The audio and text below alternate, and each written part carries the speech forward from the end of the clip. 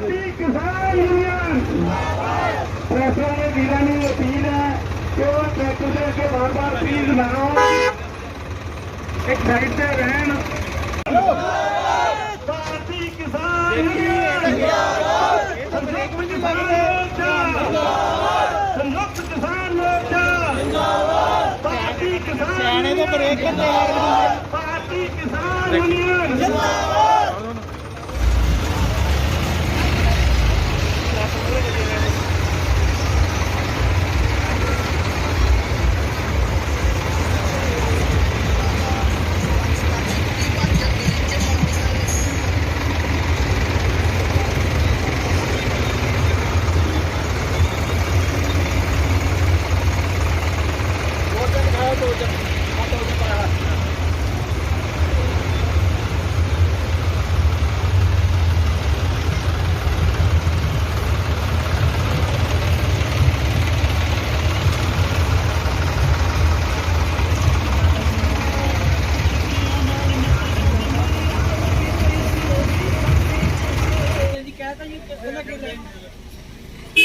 हाँ चंदू मजरे के खास दो मुरले बिलासपुरी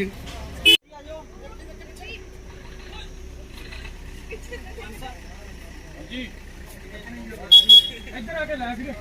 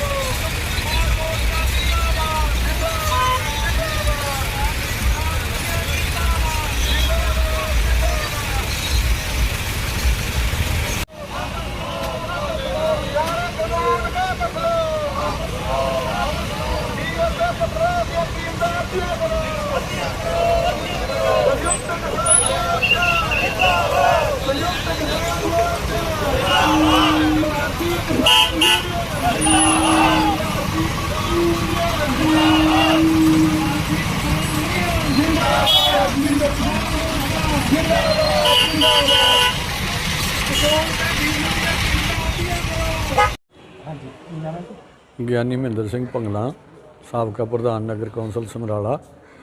ਤੇ ਅੱਜ ਦਾ ਜੋ ਮਾਰਚ ਹੈ ਇਹ ਰਾਜੇਵਾਲ ਸਾਹਿਬ ਨੇ ਸ਼ੁਰੂਆਤ ਕਰੀ ਆ। ਪਿਛਲੇ ਸਮੇਂ ਦੇ ਵਿੱਚ ਵੀ ਰਾਜੇਵਾਲ ਸਾਹਿਬ ਨੇ ਟਰੈਕਟਰਾਂ ਦਾ ਮਾਰਚ ਕਰਕੇ ਉਰੇ ਮਹਿੰਗਾਈ ਦੇ ਖਿਲਾਫ ਮਾਰਚ ਜਿਹੜਾ ਸ਼ੁਰੂ ਕਰਿਆ ਸੀ। ਜਦੋਂ ਜਹਿਦ ਉਹ ਤੋਂ ਬਾਅਦ ਬਾਹਰਲੇ ਮੁਲਕਾਂ ਤੱਕ ਉਹ ਆਵਾਜ਼ ਉਠਾਈ ਲੋਕਾਂ ਨੇ। ਅੱਜ ਵੀ ਇਹ ਸ਼ੁਰੂਆਤ ਹੋ ਰਹੀ ਹੈ ਟਰੈਕਟਰ ਮਾਰਚ ਕਰਕੇ।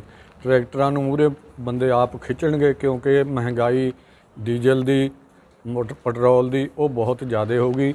ਜੋ ਕਿਸਾਨਾਂ ਦੇ ਵਿੱਤੋਂ ਬਾਹਰ ਹੋ ਗਿਆ ਕੰਮ, ਕੋਈ ਵੀ ਪਵਾ ਨਹੀਂ ਸਕਦਾ। ਹੁਣ ਤੁਸੀਂ ਦੇਖੋਗੇ ਕਿ ਜਿਹੜੇ ਅੱਗੇ ਟਰੈਕਟਰਾਂ ਦੇ ਵਿੱਚ ਭਰ ਕੇ ਢੋਲ ਰੱਖੇ ਜਾਂਦੇ ਸੀ ਡੀਜ਼ਲ ਲੈਣ ਵਾਸਤੇ, ਹੁਣ ਕੇਨੀਆਂ ਵਿੱਚ ਲੈ ਕੇ ਆਉਂਦੇ ਨੇ ਕਿਉਂਕਿ 19,000 ਦਾ ਇੱਕ ਢੋਲ ਬਣ ਗਿਆ। ਸੋ ਇਸ ਕਰਕੇ ਮਹਿੰਗਾਈ ਦੇ ਖਿਲਾਫ ਨਾ ਤਾਂ ਪੰਜਾਬ ਦੀ ਸਰਕਾਰ ਬੋਲਦੀ ਹੈ, ਨਾ ਸੈਂਟਰ ਸਰਕਾਰ ਬੋਲਦੀ ਹੈ, ਨਾ ਕੋਈ ਪਾਰਟੀਆਂ ਬੋਲਦੀਆਂ ਨੇ ਇਸ ਮਸਲੇ 'ਚ। ਸੋ ਇਸ ਕਰਕੇ ਕਿਸਾਨ ਯੂਨੀਅਨ ਵੱਲੋਂ ਇਹ ਅੱਜ ਦਾ ਜਿਹੜਾ ਪਹਿਲਾ ਰੋਸ ਮਾਰਚ ਹੈ, ਇਹ ਤੋਂ ਬਾਅਦ ਫਿਰ ਨਹੀਂ ਕੋਈ ਵੱਡਾ ਐਕਸ਼ਨ ਹੈ ਕਿਸਾਨ ਯੂਨੀਅਨ ਵੱਲੋਂ ਲਿਆ ਜਾਵੇਗਾ। ਸੋ ਅੱਜ ਦਾ ਸਾਰੇ ਇਲਾਕੇ ਵੱਲੋਂ ਬਹੁਤ ਸਾਰੇ ਹਜ਼ਾਰਾਂ ਦੀ ਗਿਣਤੀ ਵਿੱਚ ਟਰੈਕਟਰ ਆਏ ਨੇ ਜਿਨ੍ਹਾਂ ਨੇ ਰੋਸ ਮਾਰਚ ਕਰਦੇ ਹੋਏ SDM ਦਫ਼ਤਰ ਤੱਕ ਜਾਣਾ। ਪ੍ਰਧਾਨ ਮੰਤਰੀ ਅਤੇ ਮੁੱਖ ਮੰਤਰੀ ਨੂੰ ਉਹ ਮੈਮੋਰੰਡਮ ਦਿੱਤੇ ਜਾਣਗੇ ਅੱਜ ਦੀ ਮਹਿੰਗਾਈ ਦੇ ਸੰਬੰਧ ਵਿੱਚ। ਇਹ ਇਸ ਕਰਕੇ ਅੱਜ ਦਾ ਜਿਹੜਾ ਹੈਗਾ ਰੋਸ ਮਾਰਚ ਹੈ ਟਰੈਕਟਰਾਂ ਰਾਹੀਂ ਕੀਤਾ ਜਾ ਰਿਹਾ। ਜੇ ਕੋਈ ਧਾਰਮਿਕ ਹੋਵੇ ਫਿਰ ਤਾਂ ਬਣਾ ਦਈਏ। ਜਸਪ੍ਰੀਤ ਸਿੰਘ। ਅੱਜ ਦਾ ਜਿਹੜਾ ਪ੍ਰੋਟੈਸਟ ਕੀਤਾ ਜਾ ਰਿਹਾ ਬਾਕੀ ਕਿਸ ਤਰ੍ਹਾਂ ਦਾ ਪ੍ਰੋਟੈਸਟ ਹੋਵੇਗਾ? ਬੜਾ ਯੂਨੀਕ ਕਿਸਮ ਦਾ ਪ੍ਰੋਟੈਸਟ ਹੈ। ਬਹੁਤ ਚਿਰ ਤੋਂ ਲੋਕ ਮਹਿਸੂਸ ਕਰਦੇ ਨੇ, ਤਪ ਰਹੇ ਨੇ ਕਿ ਜਿਹੜੀਆਂ ਪੈਟਰੋਲ ਡੀਜ਼ਲ ਦੀਆਂ ਕੀਮਤਾਂ ਨੇ ਉਹ ਅਸਮਾਨਾਂ ਨੂੰ ਛੂਹ ਰਹੀਆਂ ਨੇ। ਲੋਕਾਂ ਦਾ ਇਹਨਾਂ ਕੀਮਤਾਂ ਦੇ ਵਧਣ ਨਾਲ ਕਚੂੰਬਰ ਨਿਕਲਿਆ ਪਿਆ। ਖੇਤੀ ਸੈਕਟਰ ਬਹੁਤ ਬੁਰੀ ਤਰ੍ਹਾਂ ਪ੍ਰਭਾਵਿਤ ਹੈ। ਇੱਕ ਤਾਂ ਲਾਈਟ ਪਿਛਲੇ ਦਿਨਾਂ 'ਚ ਜਿਹੜੀ 8 ਘੰਟੇ ਨਿਰਵਿਘਨ ਸਪਲਾਈ ਦੀ ਗੱਲ ਸਰਕਾਰ ਨੇ ਕੀਤੀ ਸੀ ਉਹਦੇ 'ਚ ਵੀ ਅੜਿੱਕੇ ਪੈਂਦੇ ਰਹੇ ਨੇ ਪਿੱਛੇ ਜੇ। ਉਹਦੇ ਕਰਕੇ ਲੋਕਾਂ ਨੂੰ ਡੀਜ਼ਲ ਬਹੁਤਾਤ 'ਚ ਖਰੀਦਣਾ ਪਿਆ। ਇਸ ਕਰਕੇ ਖੇਤੀ ਸੈਕਟਰ ਵੀ ਬਹੁਤ ਬੁਰੀ ਤਰ੍ਹਾਂ ਪ੍ਰਭਾਵਿਤ ਹੋਇਆ।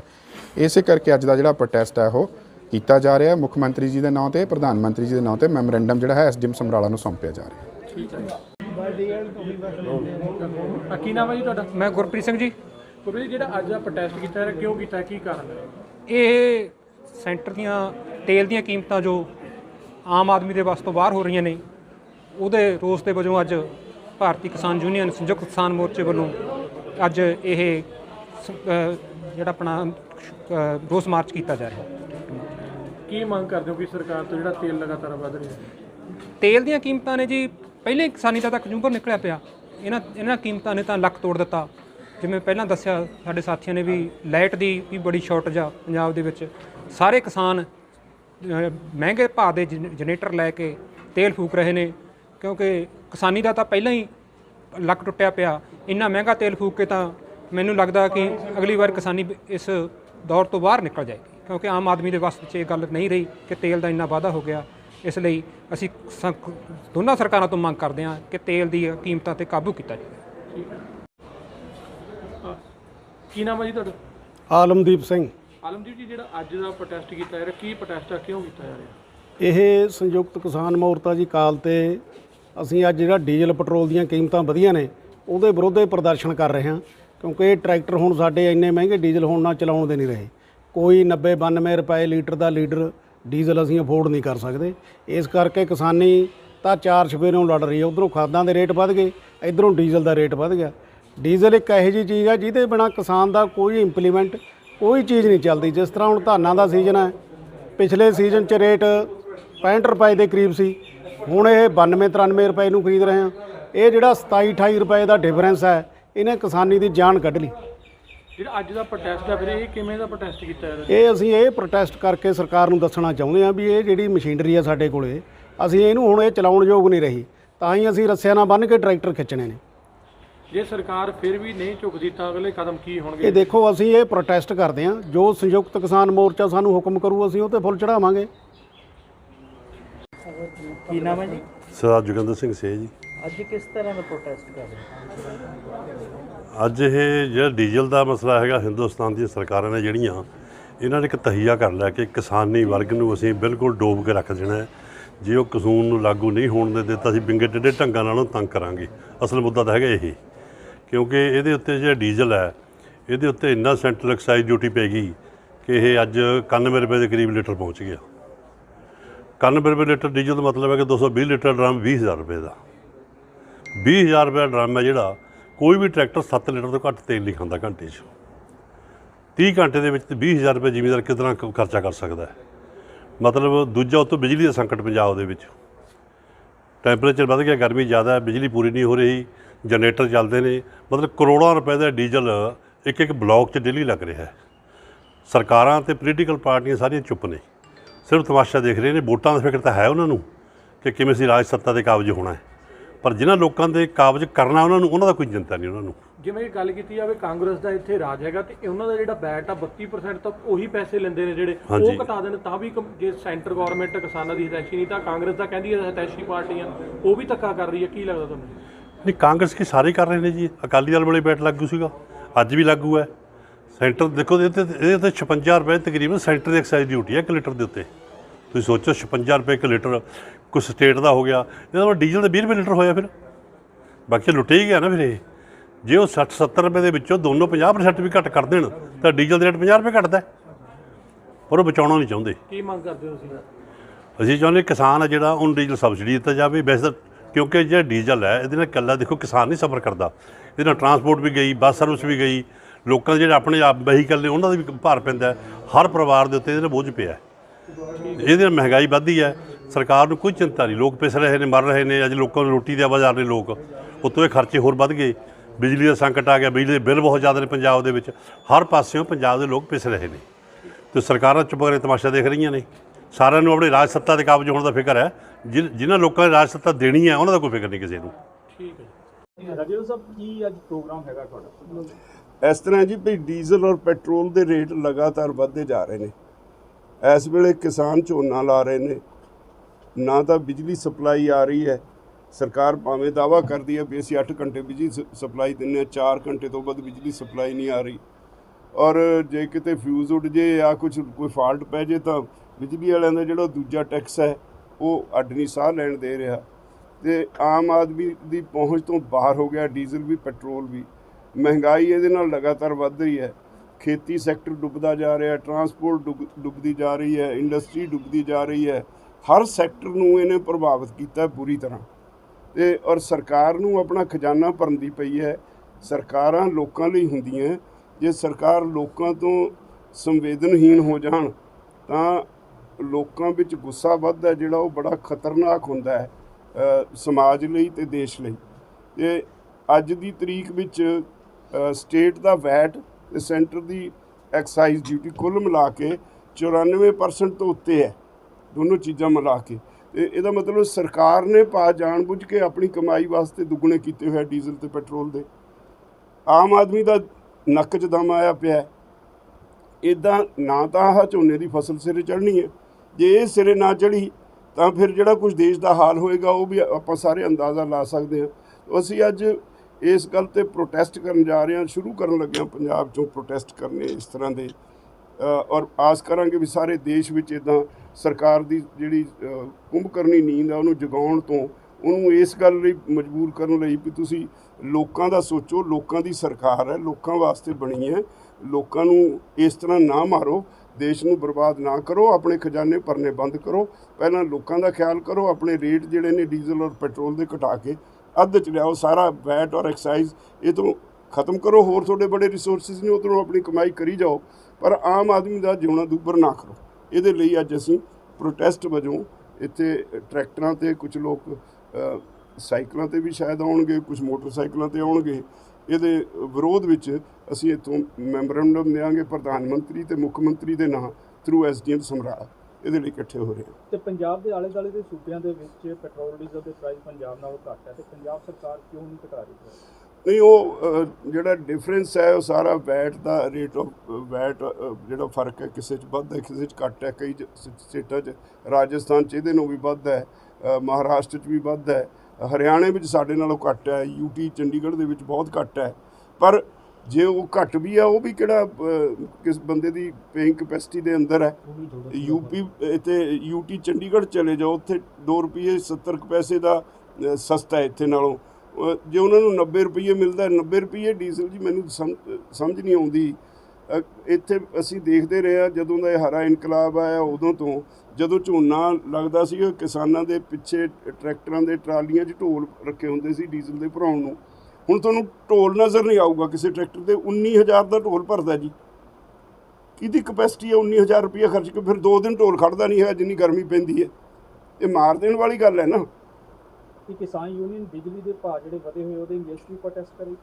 ਦੇਖੋ ਜੀ, ਬਿਜਲੀ ਦੇ ਰੇਟ ਉਹ ਇੱਕ ਆਮ ਕੰਜ਼ਿਊਮਰ ਵਾਂਗ ਨੇ। ਖੇਤੀ ਵਾਸਤੇ ਬਿਜਲੀ ਫ੍ਰੀ ਹੈ, ਆਮ ਕੰਜ਼ਿਊਮਰ ਨੂੰ ਵੀ ਬਾਹਰ ਨਿਕਲਣਾ ਚਾਹੀਦਾ, ਸਾਰਿਆਂ ਨੂੰ ਨਿਕਲਣਾ। ਇਹ ਹਰ ਪਾਸੇ ਮੁਸ਼ਕਿਲ ਇਹ ਹੋ ਗਈ ਵੀ ਸਰਕਾਰਾਂ ਨੇ ਰਾਜਨੀਤੀ ਨੂੰ ਬਣਾ ਲਿਆ ਵਪਾਰ, ਸੇਵਾ ਸੁਭਾ ਕੋਈ ਰਹੀ ਨਹੀਂ। ਔਰ ਮੈਨੂੰ ਤਾਂ ਇੱਦਾਂ ਲੱਗਦਾ ਕਈ ਵਾਰੀ ਇੱਦਾਂ ਦੇ ਹਾਲਾਤ ਹੋ ਗਏ, ਜਿਹੜੀ ਪੋਲੀਟੀਕਲ ਲੀਡਰਸ਼ਿਪ ਹੈ ਆ ਸਾਰੇ ਚੁੱਪ ਨੇ। ਐਡਾ ਵੱਡਾ ਮੁੱਦਾ ਹੈ, ਕਿਸਾਨ ਉੱਥੇ ਧਰਨੇ 'ਤੇ ਬੈਠੇ ਨੇ, ਇਹਨਾਂ ਨੂੰ ਇੱਥੇ ਵੋਟਾਂ ਦੀ ਪਈ ਹੈ। ਆ ਲੋਕਾਂ ਦਾ ਜਿਉਣਾ ਦੁੱਭਰ ਹੋਇਆ, ਡੀਜ਼ਲ ਪੈਟਰੋਲ ਦੇ ਨਾਲ ਮਹਿੰਗਾਈ ਵਧੀ ਜਾ ਰਹੀ ਹੈ। ਇਹਨਾਂ ਦੇ ਸਾਹਮਣੇ ਮੁੱਦਾ ਹੀ ਨਹੀਂ ਹੈ ਕੋਈ। ਪੋਲੀਟੀਕਲ ਪਾਰਟੀ ਦੇ ਸਾਹਮਣੇ ਇਕਨੋਮਿਕ ਇਸ਼ੂਜ਼ ਖਤਮ ਹੀ ਹੋ ਗਏ। ਉਹ ਇੱਕ ਦੂਜੇ ਨੂੰ ਗਾਲਾਂ ਕੱਢ ਕੇ ਆਪਣਾ ਕੇਡਰ ਬਣਾਇਆ ਹੋਇਆ, ਪੱਕਾ ਵੱਜਾ ਹੋਇਆ, ਭਾਵੇਂ ਉਹ ਵੀ ਦੁਖੀ ਹੋਵੇ ਅੰਦਰੋਂ, ਪਰ ਪਾਰਟੀ ਦੇ ਸੱਦੇ 'ਤੇ ਉਹ ਵੀ ਬਾਹਰ ਪਾਰਟੀ ਦੇ ਨਾਲ ਨਿਕਲ ਆਉਂਦਾ, ਮੁੱਦਿਆਂ 'ਤੇ ਕੋਈ ਗੱਲ ਨਹੀਂ ਕਰਦਾ। ਰਾਜਾ ਸਾਹਿਬ, ਇਸ ਤੋਂ ਬਿਨਾਂ ਜਿਸ ਤਰ੍ਹਾਂ ਤੁਸੀਂ ਗੱਲ ਕੀਤੀ, ਸਿਆਸੀ ਪਾਰਟੀਆਂ ਨੇ ਜਿਹੜੀਆਂ ਇਸ ਟਾਈਮ ਸਿਰਫ ਆਪਣੇ ਵੋਟ ਬੈਂਕ ਦਾ ਮੁੱਦਾ ਲੈ ਕੇ ਜਾ ਰਹੀਆਂ ਨੇ, ਜਦਕਿ ਹੁਣ ਕਿਸਾਨ ਉੱਥੇ ਬੈਠੇ ਨੇ 7 ਮਹੀਨੇ। ਕਿਸਾਨ ਕੁਝ ਇਸ ਤਰ੍ਹਾਂ ਦਾ ਕਰਨਗੇ ਪੰਜਾਬ ਦੇ ਵਿੱਚ ਵੀ ਲੋਕਾਂ ਨੂੰ ਕੁਝ ਸਿਆਸੀ ਪਾਰਟੀਆਂ ਤੋਂ ਰਾਹਤ ਮਿਲ ਸਕੇ, ਕੋਈ ਕਿਸਾਨ ਅੱਗੇ ਆਉਣਗੇ? ਕਿਸਾਨਾਂ ਨੇ ਤਾਂ ਸਾਰਾ ਕੁਝ ਦੇਖ ਲਿਆ ਕਿੰਨੀ ਦਿੱਕਤ ਹੈ, ਕਿਸਾਨ ਆਪਣੀ ਕੋਈ ਪਾਰਟੀ ਬਣਾਉਣ ਦੀ ਤਿਆਰੀ 'ਚ ਹੈਗੇ? ਨਹੀਂ, ਇਸ ਤਰ੍ਹਾਂ ਦੀ ਕੋਈ ਨਹੀਂ। ਹਾਂ, ਇੱਕ ਅਸੀਂ ਗੱਲ ਜ਼ਰੂਰ ਕਹਿਣੀ ਸ਼ੁਰੂ ਕੀਤੀ ਹੈ ਸਾਰੇ ਲੋਕਾਂ ਨੂੰ, ਭਈ ਜਿਸ ਤਰ੍ਹਾਂ ਦਾ ਪੋਲੀਟੀਕਲ ਸਿਸਟਮ ਬਣ ਗਿਆ ਸਾਡੇ ਦੇਸ਼ ਵਿੱਚ, ਇੱਥੇ ਲੋਕ ਇਨਵੈਸਟਮੈਂਟ ਕਰਦੇ ਨੇ, ਬਾਅਦ 'ਚ ਕਮਾਈ ਕਰਦੇ ਨੇ। ਮੈਨੂੰ ਇੱਕ ਦਿਨ ਕੋਈ ਸੱਜਣ ਮਿਲਿਆ, ਕਹਿੰਦਾ ਮੇਰਾ 8 ਕਰੋੜ ਇੱਕ ਪਾਸੇ ਕੱਢਿਆ ਪਿਆ ਅਸੈਂਬਲੀ ਇਲੈਕਸ਼ਨ 'ਤੇ ਖਰਚ ਕਰਨ ਲਈ, ਅਤੇ ਫਿਰ ਉਹ ਕਹਿੰਦਾ ਵੀ ਜੇ 10 ਵੀ ਹੋਇਆ 10 ਵੀ ਮੈਂ ਖਰਚ ਦੇਣਾ। ਅਤੇ ਮੈਂ ਸੋਚੀ ਪੈ ਗਿਆ, ਆ ਕੇ ਸੋਚਾਂ ਵੀ ਜਿਹੜਾ ਬੰਦਾ ਇਹ 10 ਕਰੋੜ ਰੁਪਈਆ ਅੱਜ ਅਸੈਂਬਲੀ ਇਲੈਕਸ਼ਨ ਲਈ ਖਰਚਣ ਨੂੰ ਕਹਿੰਦਾ, ਜੇ ਬਣ ਗਿਆ ਤਾਂ 10 ਅਗਲਾ ਵੀ ਕਮਾਊ, 10 ਹੋਣ ਵਾਲਾ ਕਮਾਊ, 20 ਕਮਾਊ। ਲੋਕਾਂ ਦਾ ਕੀ ਕਰੂ ਇਹ? ਫਿਰ ਤਾਂ ਉਹੀ ਸਿਸਟਮ ਚੱਲੂਗਾ। ਰੇਤੇ ਦੀਆਂ ਖੱਡਾਂ ਲੁੱਟ ਲਓ, ਸ਼ਰਾਬ ਦੇ ਠੇਕਿਆਂ 'ਚੋਂ ਲੁੱਟ ਲਓ, ਟਰਾਂਸਪੋਰਟ 'ਚੋਂ ਲੁੱਟ ਲਓ, ਥਾਣਿਆਂ 'ਚੋਂ ਲੁੱਟ ਲਓ, ਜਿੱਥੇ ਦਾ ਲੱਗਦਾ ਲੋਕਾਂ ਨੂੰ ਲੁੱਟ ਲਓ। ਤਾਂ ਫਿਰ ਲੋਕਾਂ ਦੀ ਸੇਵਾ ਤਾਂ ਹੋਣੀ ਨਹੀਂ। ਹਾਂ, ਇਸ ਲਈ ਅਸੀਂ ਇਹ ਜ਼ਰੂਰ ਕਹਿਣ ਲੱਗੇ ਹਾਂ ਲੋਕਾਂ ਨੂੰ ਵੀ ਜੇ ਬਚਾਉਣਾ ਆਪਣੇ ਆਪ ਨੂੰ, ਆਪਣੇ ਭਵਿੱਖ ਨੂੰ ਬਚਾਉਣਾ ਤਾਂ ਜ਼ਰੂਰੀ ਹੈ। ਭਲੇ ਮਾਨਸਾਂ ਦੀ ਕੋਈ ਇੱਥੇ ਕਮੀ ਨਹੀਂ, ਪਰ ਜਿਹੜੇ ਲੋਕਾਂ ਨੇ ਰਿਸ਼ਵਤ ਨਾਲ ਜਾਂ ਗਲਤ ਢੰਗ ਨਾਲ ਪੈਸਾ ਨਹੀਂ ਬਣਾਇਆ ਉਹ ਆਪਣਾ ਘਰ ਪੱਟਣ ਨੂੰ ਤਿਆਰ ਨੇ। ਜੇ ਲੋਕੀ ਇਸ ਤਰ੍ਹਾਂ ਆਪੋ ਆਪਣੇ ਹਲਕੇ ਦੇ ਵਿੱਚੋਂ ਇੱਕ ਬੰਦਾ ਵਧੀਆ ਚੁਣਨ, ਇਹਨਾਂ ਨੂੰ ਮੱਤ ਟਿਕਾਣੇ ਆ ਜਾਊ। ਅੱਜ ਸਿਸਟਮ ਟੋਟਲੀ ਕੋਲੈਪਸ ਹੋ ਗਿਆ, ਕੋਈ ਸੇਵਾ ਸੁਭਾ ਰਹੀ ਨਹੀਂ। ਜਿਹੜੀ ਫਸਟ ਜਨਰੇਸ਼ਨ ਸੀ ਪੋਲੀਟਿਕਸ ਦੇ ਵਿੱਚ, ਉਹਨਾਂ ਨੂੰ ਲੋਕਾਂ ਦੀ ਕੋਈ ਸ਼ਰਮ ਹੁੰਦੀ ਸੀ, ਲੋਕਾਂ ਦੀ ਚਿੰਤਾ ਹੁੰਦੀ ਸੀ। ਇਹਨਾਂ ਨੂੰ ਤਾਂ ਕੋਈ ਲੋਕਾਂ ਦੀ ਚਿੰਤਾ ਹੀ ਹੈ ਨਹੀਂ। ਹਾਂ, ਬਦਲ ਜ਼ਰੂਰ ਲੱਭਣਾ ਚਾਹੀਦਾ, ਲੋਕਾਂ ਨੂੰ ਲੱਭਣਾ ਚਾਹੀਦਾ। ਅਸੀਂ ਕਿਸਾਨ ਜਥੇਬੰਦੀਆਂ, ਅਸੀਂ ਤਾਂ ਅੰਦੋਲਨ 'ਚ ਬੈਠੇ ਹਾਂ। ਸਾਡਾ ਤਾਂ ਇਸ ਵੇਲੇ ਮੱਛੀ ਦੀ ਅੱਖ ਵਾਂਗੂ ਸਾਡਾ ਤਾਂ ਨਿਸ਼ਾਨਾ ਸਾਡੀਆਂ ਮੰਗਾਂ ਨੇ। ਅਸੀਂ ਫਿਲਹਾਲ ਉਹ ਤੋਂ ਇੱਧਰੋਂ ਉੱਧਰ ਬਿਲਕੁਲ ਜਾਣ ਨੂੰ ਤਿਆਰ ਨਹੀਂ। ਕੁਛ ਨਹੀਂ ਕਰ ਸਕਣਗੇ ਕਿਉਂਕਿ ਪਹਿਲਾਂ 4.5 ਸਾਲ ਕੁਛ ਨਹੀਂ ਕੀਤਾ। 6 ਮਹੀਨੇ ਵਿੱਚ ਹੁਣ ਉਹ ਕੀ ਉਹਨਾਂ ਕੋਲ ਜਾਦੂ ਦੀ ਛੜੀ ਹੈ ਜਿਹੜੇ ਉਹ ਪੂਰੇ ਕਰ ਦੇਣਗੇ। ਇੱਕ ਗੱਲ। ਦੂਸਰੀ, ਮੈਂ ਜਿਹੜੀ ਪਹਿਲਾਂ ਬੇਨਤੀ ਕੀਤੀ, ਤੁਸੀਂ ਗਰਾਊਂਡ ਰਿਐਲਿਟੀ ਨੂੰ ਸਮਝੋ। ਤੁਸੀਂ ਸਾਰੇ ਸੁਸਾਇਟੀ ਵਿੱਚੋਂ ਇੱਦਾਂ ਦਾ ਸਟਾਫ ਹੈ ਕਿਸੇ ਪੋਲੀਟੀਕਲ ਪਾਰਟੀ ਕੋਲ ਜਿਹੜਾ ਸੇਵਾ ਵਾਸਤੇ ਕੰਮ ਕਰਦਾ ਹੋਵੇ? ਇਸ ਦੇਰ ਹੈ ਨਹੀਂ, ਕਿਤੇ ਨਹੀਂ, ਤੁਹਾਨੂੰ ਲੱਭਦਾ ਨਹੀਂ। ਹਾਂ, ਧੌਂਸ ਜਮਾਉਣ ਵਾਲੇ ਨੇ। ਤੁਸੀਂ ਵੀ ਪਿੱਛੇ ਨੂੰ ਇਕੱਠੇ ਜਿਹੇ ਹੋ ਕੇ ਖੜ ਜਾਓਗੇ ਵੀ ਜੇ ਕਿਤੇ ਮੈਂ ਇਹਦਾ ਟਾਰਗੇਟ ਬਣ ਗਿਆ, ਕਿਤੇ ਮੈਨੂੰ ਰਗੜ ਦੂ। ਤਾਂ ਜੇ ਇੱਦਾਂ ਹੋਣਾ ਹੈ, ਤੁਸੀਂ ਇੱਕ ਲੋਕਾਂ ਦੀ ਆਵਾਜ਼ ਪਹੁੰਚਾਉਣ ਵਾਲਾ ਇੱਕ ਅਹਿਮ ਸੁਸਾਇਟੀ ਦਾ ਹਿੱਸਾ ਹੋ। ਤੁਹਾਨੂੰ ਵੀ ਡਰਾ ਲਿਆ, ਮੀਡੀਆ ਨੂੰ ਵੀ ਡਰਾ ਲਿਆ। ਜੇ ਕੋਈ ਦੇਖਦੇ ਨੇ, ਕੋਈ ਪਰਚਾ ਪਾ ਦੇਣਗੇ, ਕਿਸੇ ਨੂੰ ਕੁੱਟ ਧਰਨਗੇ। ਤਾਂ ਇਹ ਸਿਸਟਮ ਤੋਂ ਨਿਜਾਤ ਪਾਉਣ ਵਾਸਤੇ ਸਾਰੇ ਲੋਕਾਂ ਨੂੰ ਇਹਦੇ ਤੇ ਮਿਹਨਤ ਕਰਨੀ ਪਏਗੀ। ਹੁਣ ਉਹ ਜਿਹੜਾ ਰਵਾਇਤੀ ਪੋਲੀਟੀਸ਼ੀਅਨ ਹੈ ਉਹ ਤੋਂ ਪਿੱਛਾ ਛਡਾਉਣਾ ਪਏਗਾ। ਰਾਜਾ ਸਾਹਿਬ, ਜਿਹੜੇ ਬਿਊਰੋਕਰੇਟਸ ਆ ਰਹੇ ਨੇ, ਜਿਵੇਂ ਪਹਿਲਾਂ ਕਹਿੰਦੇ ਨੇ ਅਸੀਂ ਸੇਵਾ ਕਰ ਰਹੇ ਸੀਗੇ ਕੁਰਸੀਆਂ ਤੇ ਬੈਠ ਕੇ, ਫਿਰ ਕੁਰਸੀਆਂ ਤੇ ਬਹਿਣਾ ਚਾਹੁੰਦੇ, ਉਹਦੇ ਬਾਰੇ ਕੀ ਕਹਿਣਾ ਚਾਹੁੰਦੇ ਵੀ ਲੋਕਾਂ ਦੀ ਸੇਵਾ ਹੋਈ ਕਿ ਦੁਬਾਰਾ ਫਿਰ ਵੀ ਪੈਸੇ ਇਕੱਠੇ ਕਰਨ ਲਈ ਦੁਬਾਰਾ ਇਹਨਾਂ ਸਿਸਟਮ ਆ ਗਏ? ਦੇਖੋ, ਸਾਰਾ ਸਿਸਟਮ ਟੁੱਟ ਗਿਆ। ਇਹਨੂੰ ਸਿਸਟਮ ਨੂੰ ਦੁਬਾਰਾ ਰੀਸਟਰਕਚਰ ਕਰਨਾ ਪਏਗਾ। ਸਿਸਟਮ ਵਿੱਚ ਬਿਊਰੋਕ੍ਰੇਸੀ, ਤੁਸੀਂ ਮੈਨੂੰ ਇੱਕ ਦੱਸੋ ਜੀ, ਮੈਂ ਉਸ ਵੇਲੇ ਦਾ ਲੋਕਾਂ ਦੀ ਸੇਵਾ ਕਰਦਾ ਕਿਸਾਨ ਜਥੇਬੰਦੀ 'ਚ, ਜਦੋਂ ਅਸੀਂ ਮੈਮੋਰੈਂਡਮ ਦਿੰਦੇ ਹੁੰਦੇ ਸੀ DC ਨੂੰ, ਇਹ ਸਮਝਦੇ ਸੀ ਉਹਦੇ ਮੂੰਹ ਨਿਕਲਿਆ ਸ਼ਬਦ ਇਲਾਹੀ ਹੈ, ਉਹਨੇ ਮੁੱਕਰਨਾ ਨਹੀਂ ਹੈ। ਜੇ ਉਹਦੇ ਖਿਲਾਫ ਵੀ ਜਾਊਗੀ ਗੱਲ ਐਡਮਿਨਿਸਟ੍ਰੇਸ਼ਨ 'ਚ, ਉਹ ਆਪਣੀ ਗੱਲ ਕਹੀ ਤਾਂ ਮੁੱਕਰਦਾ ਨਹੀਂ। ਹੁਣ ਤਾਂ ਉਹ ਵੀ ਕਲਰਕ ਬਣ ਗਏ। DCਆਂ ਦੇ ਕੋਲ ਵੀ ਕੀ ਹੈ ਜੀ, ਉੱਪਰ ਲੀਡਰਾਂ ਦੇ ਮੂੰਹ ਵੱਲ ਦੇਖਦੇ ਨੇ, ਜਿੱਧਰ ਨੂੰ ਉਹਦਾ ਇਸ਼ਾਰਾ ਉਸ ਪਾਸੇ ਨੂੰ ਚੱਲ ਪੈਂਦੇ ਨੇ। ਉਹ ਕਹਿੰਦੇ ਮੈਂ ਕਿਉਂ ਸਿਆਪਾ ਗੱਲ ਪਾਉਣਾ ਕੋਈ। ਤਾਂ ਅੱਜ ਨਾ ਤਾਂ ਸਰਕਾਰੀ ਮਸ਼ੀਨਰੀ, ਨਾ ਪੋਲੀਟੀਕਲ ਲੀਡਰਸ਼ਿਪ, ਇਹ ਬਹੁਤ ਵੱਡਾ ਇੱਕ ਹਾਥੀ ਹੈ ਜਿਹਦੇ ਨਾਲ ਆਮ ਸਮਾਜ ਨੂੰ ਲੜਨਾ ਪਏਗਾ। ਜਿਹੜਾ ਵਿਗੜਿਆ ਹੋਇਆ ਹਾਥੀ ਹੈ, ਤਾਕਤ ਦੇ ਨਸ਼ੇ 'ਚ ਲੋਕਾਂ ਨੂੰ ਕੁੱਟਣਾ ਸਿੱਖ ਗਿਆ, ਉਹ ਲੋਕਾਂ ਨੂੰ ਲੁੱਟਣਾ ਸਿੱਖ ਗਿਆ। ਇਹ ਤੋਂ ਬਚਣ ਦਾ ਇੱਕੋ ਤਰੀਕਾ ਹੈ ਵੀ ਲੋਕ ਅਵੇਅਰ ਹੋਣ, ਔਰ ਲੋਕ ਸ਼ਰਾਬਾਂ 'ਤੇ ਵੋਟਾਂ ਲੈਣੀਆਂ, ਵੋਟਾਂ ਦੇਣੀਆਂ, ਪੈਸੇ ਨੂੰ ਵੋਟਾਂ ਦੇਣੀਆਂ, ਇਹ ਲੋਕਾਂ ਨੂੰ ਵੀ ਛੱਡਣਾ ਪਊਗਾ। ਕਮੋਡਿਟੀਜ਼ ਐਕਟ ਇਹਨਾਂ ਨੇ ਨਵਾਂ ਬਣਾਇਆ ਹੈ, ਉਹਦੇ ਵਿੱਚ ਮਹਿੰਗਾਈ ਨੂੰ ਚੈੱਕ ਕਰਨ ਦਾ ਸਰਕਾਰ ਨੇ ਆਪਣੇ ਕੋਲ ਕੋਈ ਅਧਿਕਾਰ ਹੀ ਨਹੀਂ ਰੱਖਿਆ। ਇਸੇ ਕਰਕੇ ਅਸੀਂ ਉੱਥੇ ਨਾਅਰਾ ਦਿੱਤਾ ਸੀ, ਗਰੀਬ ਦੀ ਰੋਟੀ ਕਾਰਪੋਰੇਟ ਹਾਊਸ ਦੀ ਉਹਦੇ ਕੋਠੀ ਵਿੱਚ ਅਸੀਂ ਕੈਦ ਨਹੀਂ ਹੋਣ ਦੇਣੀ। ਹਾਲਾਂਕਿ ਉਹਦਾ ਐਸੈਂਸ਼ੀਅਲ ਕਮੋਡਿਟੀਜ਼ ਐਕਟ ਦਾ ਖੇਤੀ ਨੂੰ ਕੋਈ ਮਾੜਾ ਪ੍ਰਭਾਵ ਨਹੀਂ ਪੈਂਦਾ, ਪਰ ਉਹ ਸਾਡਾ ਇੱਕ ਅਹਿਮ ਮੁੱਦਾ ਅਸੀਂ ਨਹੀਂ ਛੱਡਣ ਨੂੰ ਤਿਆਰ ਵੀ ਰਹਿਣਾ ਤਾਂ ਇਸ ਸਮਾਜ 'ਚ ਹੈ ਨਾ। ਮਹਿੰਗਾਈ ਹੋ, ਅਸੀਂ ਵੀ ਸਭ ਤੋਂ ਵੱਡੇ ਕੰਜ਼ਿਊਮਰ ਸੋਸਾਇਟੀ ਦਾ ਵੱਡਾ ਹਿੱਸਾ, ਮਹਿੰਗਾਈ ਨੇ ਸਾਨੂੰ ਵੀ ਮਾਰਨਾ ਹੈ। ਇਸ ਕਰਕੇ ਉਹ ਲੜਾਈ ਜਿਹੜੀ ਹੈ ਸਾਰੇ ਲੋਕਾਂ ਦੀ ਹੈ। ਇੱਕ ਗੱਲ। ਦੂਸਰੀ, ਅੱਜ ਤੱਕ ਦੁਨੀਆ 'ਚ ਕਦੇ ਕਾਰਪੋਰੇਟ ਹਾਊਸਿਸ ਦੇ ਖਿਲਾਫ ਕੋਈ ਲੜਾਈ ਨਹੀਂ ਹੋਈ। ਸਾਰੀ ਦੁਨੀਆ ਇਹਨੂੰ ਇਸ ਤਰ੍ਹਾਂ ਇੰਪੋਰਟੈਂਸ ਦਿੰਦੀ ਹੈ ਵੀ ਇਹ ਲੜਾਈ ਪਹਿਲੀ ਵਾਰੀ ਕਿਸੇ ਨੇ ਆਵਾਜ਼ ਉਠਾਈ ਹੈ ਕਾਰਪੋਰੇਟ ਹਾਊਸਿਸ ਦੇ ਖਿਲਾਫ।